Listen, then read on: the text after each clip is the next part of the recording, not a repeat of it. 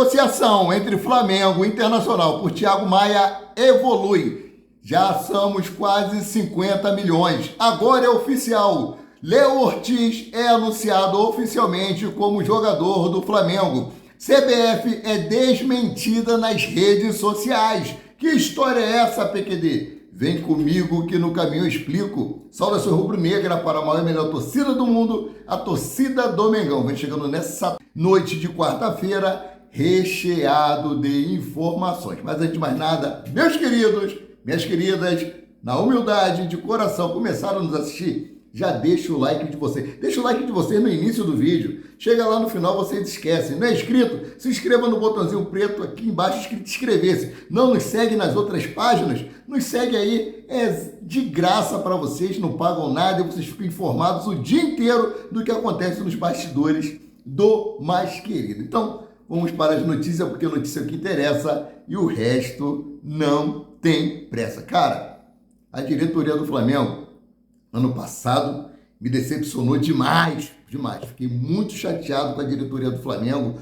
Falta de planejamento, mais de 40 dias de férias, dispensou Dorival Júnior, né, que era técnico campeão, contratou o Íngua Pereira, que não ganhou nada antes e não ganhou nada no Flamengo. Tivemos um ano pífio, mas esse ano não sei se é por causa das eleições, a diretoria do Flamengo representou bem.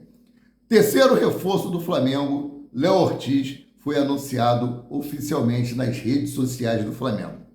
O atleta visitou as dependências do Ninho do Urubu. O treino estava marcado para começar às 15 horas, apresentação no CT, às 15 horas e 30 minutos, o treino marcado para as 16 horas. E Léo Ortiz chegou lá por volta de 1h da tarde no Flamengo, né? Como eu falei, conheceu as dependências, conheceu os funcionários, bateu papo com um, bateu papo com outro, tirou fotos, teve vídeo que deve aparecer aí na Flá TV.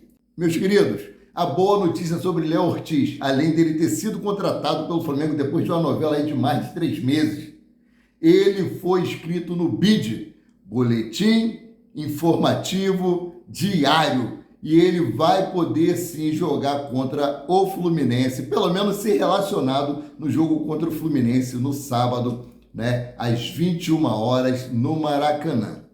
A diretoria do Flamengo correu contra o tempo e conseguiu regularizar o jogador não só no BID, mas também aí no BIRA.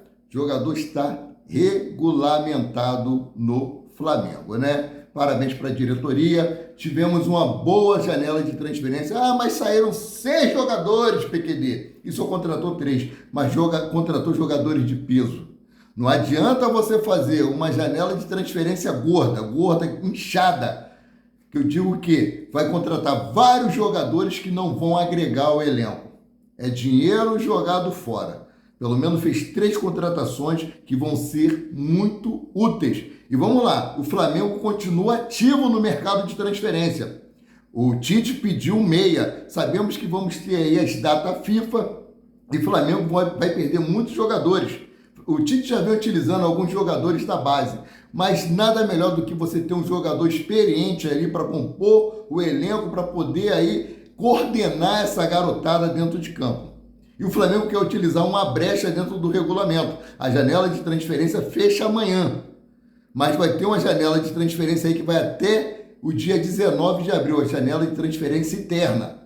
Qual é o critério para contratar jogadores na janela de transferência interna, PQD? O jogador aí pode ter jogado nos campeonatos regionais, nos campeonatos dos seus estados, e podem ser negociados sim. E o Flamengo está monitorando alguns nomes para essa janela interna. Por falar em fechamento de janela de transferência internacional, Flamengo avançaram nas negociações por Thiago Maia. As negociações que haviam esfriado, né? Agora, nessa quarta-feira, ganhou o novo rumo aí e os clubes tentam acertar essa negociação até amanhã, né? Vamos ver se Thiago Maia consegue ser transferido. O Marcos Braz falou na coletiva de imprensa, na zona mista, que seria resolvida essa situação de Thiago Maia, que seria bom para o Flamengo, seria bom para o Thiago Maia e seria bom para quem o contratasse.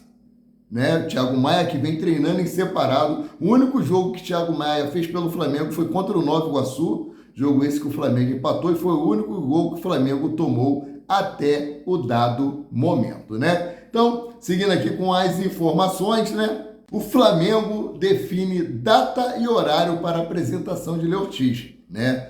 O Flamengo vai fazer a apresentação da coletiva de imprensa de Léo Ortiz na sexta-feira, às 14 horas, lá no CT Ninho do Urubu, né? Então agora vou colocar aqui o auxiliar visual para nós podermos trazer as informações melhor para vocês, né? Então vamos lá.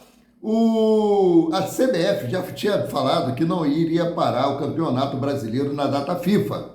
E saiu a informação hoje, né, falando o contrário, que iria sim, igual o ano passado, iria haver a paralisação do Campeonato Brasileiro nos dias da data FIFA, né? E os jogos seriam aí com término 48 horas antes dos jogos dos clubes. Cara, data FIFA, a Copa América pertence aí à Conmebol, que faz parte da data FIFA. Então, assim, olha só, CBF diz que Brasileirão vai parar na Copa América e recebe desmentido no Twitter. A Confederação Brasileira de Futebol, mais conhecida como CBF, fez uma postagem em seu perfil na rede social, ex-Twitter, com informações claramente distorcidas. O texto informava sobre as decisões do Conselho Técnico do Campeonato Brasileiro de 2024. Um dos tópicos chamou a atenção de todos. No penúltimo item, a CBF escreveu, abre aspas, pela segunda vez na história, o Brasileirão será paralisado durante o período da data FIFA. Além dos jogos não serem realizados durante as partidas da seleção brasileira, os times que tiverem seus jogadores convocados terão um intervalo de, no mínimo, 48 horas antes do fim do período de suas partidas. Fecha aspas. A interpretação da CBF é, no mínimo, ampla na realidade, né? O Brasileirão 2024 não será paralisado de forma alguma durante a realização da Copa América, entre os dias 20 de junho e 14 de julho. Os clubes que tiveram seus jogadores convocados perderão atletas por até 9 rodadas, ou seja, quase um quarto do campeonato brasileiro. CBF aí foi desmentida por usuários da rede social. A nota da comunidade na postagem da CBF lia-se: não é verdadeira a alegação de que o Campeonato Brasileiro será paralisado durante o período da data FIFA, uma vez que a Copa América, Conmebol, é tida como data FIFA e durante sua realização entre os dias 20 de junho e 14 de julho não haverá paralisação no calendário. Fecha aspas. Foi desmentida na cara dura. CBF passando vergonha. CBF passando vergonha nas redes sociais. Já tinha dito, não vai parar. Os times tentaram de todas as formas aí paralisar o Campeonato Brasileiro. A CBF não aceitou essa paralisação. Então, seguindo aqui, nação rubro-negra próxima a chegar a 50 milhões de torcedores. Aí é que os antes piram. Antes de falar sobre isso aqui, eu vou falar sobre o Corinthians. Corinthians, ele está brigando para receber os mesmos valores de direito de transmissão do Flamengo. Eles alegam que a torcida do Corinthians é maior do que a do Flamengo e por isso tem mais audiência. Gente, me desculpa, eu vou falar uma coisa aqui para vocês. Eu passeio em todas as redes sociais dos times adversários, de maneira educada. Quando eu chego numa rede social, né, de uma página de algum outro time, eu peço licença. Como eu faço isso? Eu chego lá e dou um like. Eu não critico, eu não comento, eu leio as notícias e absorvo aquilo que é pertinente para trazer para vocês. Correto? Ao contrário de muitos que vêm aí nas páginas, xinga, fala um monte de besteira. Quando a pessoa te ofende, ela está falando mais sobre ela do que você mesmo. Beleza? Então, seguindo aqui. Eu acompanho algumas matérias do Campeonato Paulista. E o São Paulo, apesar de ter a torcida menor do que a do Corinthians, leva mais torcedores ao estádio do que o Corinthians. Sendo assim, nas transmissões do jogo de São Paulo tem muito mais telespectadores do que o do Corinthians. Perfeito? Como o Flamengo tem a maior torcida do Brasil, quiçá do mundo, é a torcida que dá mais audiência nas televisões. Sendo assim, o Flamengo tem que ganhar mais. Tem que ganhar mais. Não adianta. Os corintianos não aceitam de jeito nenhum. A disparidade entre Flamengo e Corinthians é muito grande. É um abismo imenso entre uma torcida e outra. Então vamos lá. Pesquisa mostra que o Flamengo está perto de ter 50 milhões de torcedores. A nação rubro-negra não tem comparação. A maior, mais bonita e mais criativa torcida do Brasil está perto de alcançar uma marca histórica. Pesquisas de torcidas divulgadas nesta quarta-feira, dia 6, mostram que o rubro-negro já se aproxima de 50 milhões de torcedores brasileiros. A pesquisa Atlas Intel apontou o Flamengo como o clube com maior torcida do Brasil, com larga folga à frente aos rivais nacionais e regionais. O Flamengo tem hoje 46 milhões 900 mil torcedores. De acordo aí com a projeção da pesquisa, sendo assim, faltam pouco mais de 3 milhões para a marca de 50 milhões de torcedores. Agora vamos falar do Corinthians. O Corinthians segue em segundo lugar, mas algumas voltas atrás do Flamengo. O Alvinegro Paulista atingiu aí o número de 30 milhões e 400 mil torcedores. Cara, a diferença é muito grande. O Flamengo tem mais de 16 mil, quase 17 milhões de torcedores a mais que o Corinthians.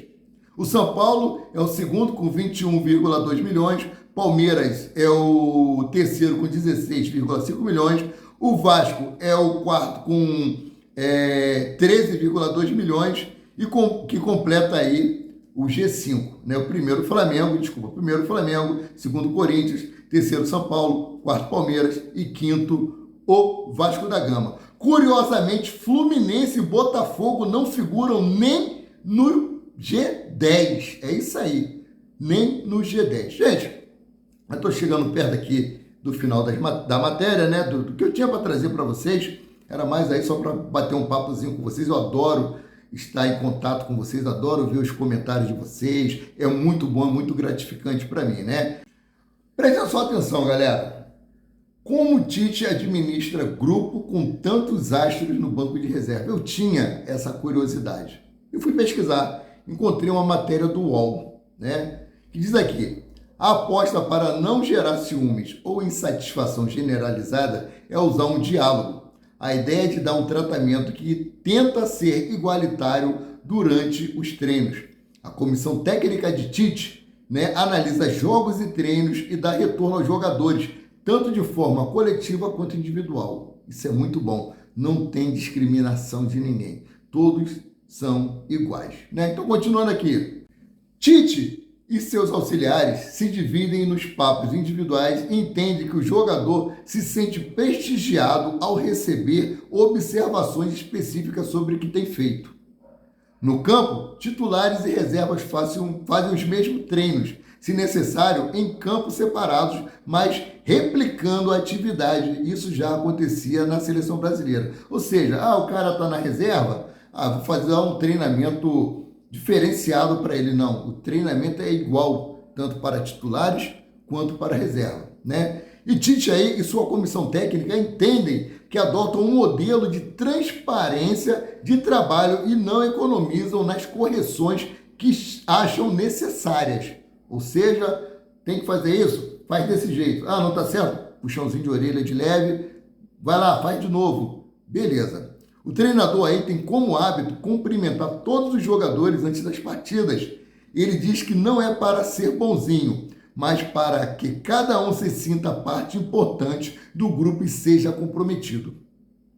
Vou trazer uma fala aqui do Bruno Henrique após o último jogo do Flamengo contra o Madureira. Abre aspas aqui para o que disse Bruno Henrique. Tite é um técnico que conversa com todos os jogadores. Ele faz todos os jogadores se sentirem importantes, jogando ou não, estando no banco ou jogando. Eu vou dar sempre o meu melhor. Ele consegue conversar bastante com todos. A temporada é longa e todo mundo está preparado para jogar e para ficar no banco também. Ele tem colocado a mentalidade nos jogadores, uma mentalidade de união. Nós vimos isso aí, como eu já falei, no jogo contra o Madureira. Que Matheus Cunha abriu mão da titularidade para poder o Agostinho Rossi jogar e bater um recorde pessoal. Olha só, Matheus Cunha, que era o goleiro titular do Flamengo, hoje é a segunda opção. Era um jogo que o Flamengo ia levantar um troféu. Mesmo assim, Matheus Cunha abriu mão disso. E Bruno Henrique, um grande ídolo da nação rubro-negra, entende também que o trabalho é coletivo. Então todos têm que se empenhar da melhor maneira possível, sem vaidade, todos em prol do Flamengo, que é o maior do que qualquer um deles. Daqui a alguns anos eles vão embora, mas a nossa instituição, Clube de Regatas do Flamengo, vai permanecer. Era só isso. Eu fico por aqui, voltando a qualquer momento com mais notícias sobre o rubro-negro mais querido e mais amado do Brasil e do mundo, o Clube de Regatas do Flamengo. Saudações.